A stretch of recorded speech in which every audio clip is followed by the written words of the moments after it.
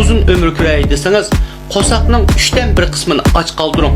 Uzoq yil tumu tutib kasal davolash jarayonida shu bir haqiqatni tunib yetdimki, qo'saq etilg'uchi tamoq yeb odatlangan do'stlarning menga yurak qon tomir kasalliklari bilan og'rish nisbati bir qadar yuqori bo'ladi ekan.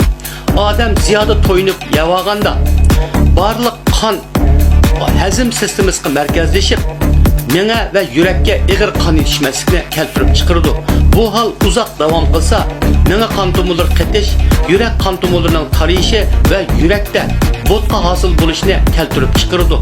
Shunga yurak menga sog'lom bo'lib, uzun umr ko'ray desangiz, qo'saqning 3dan 1 qismini och qoldiring. Ko'pincha och qo'saqroq yurish odatini yetildiring. Ochliqdan to'qliq yomon. Butkul hayotimda ko'p yeb kasal bo'lganlarni doim uchratib turdim. Az yeyishdan kasal bo'lib qolganlarni bir qatim uchratmadim.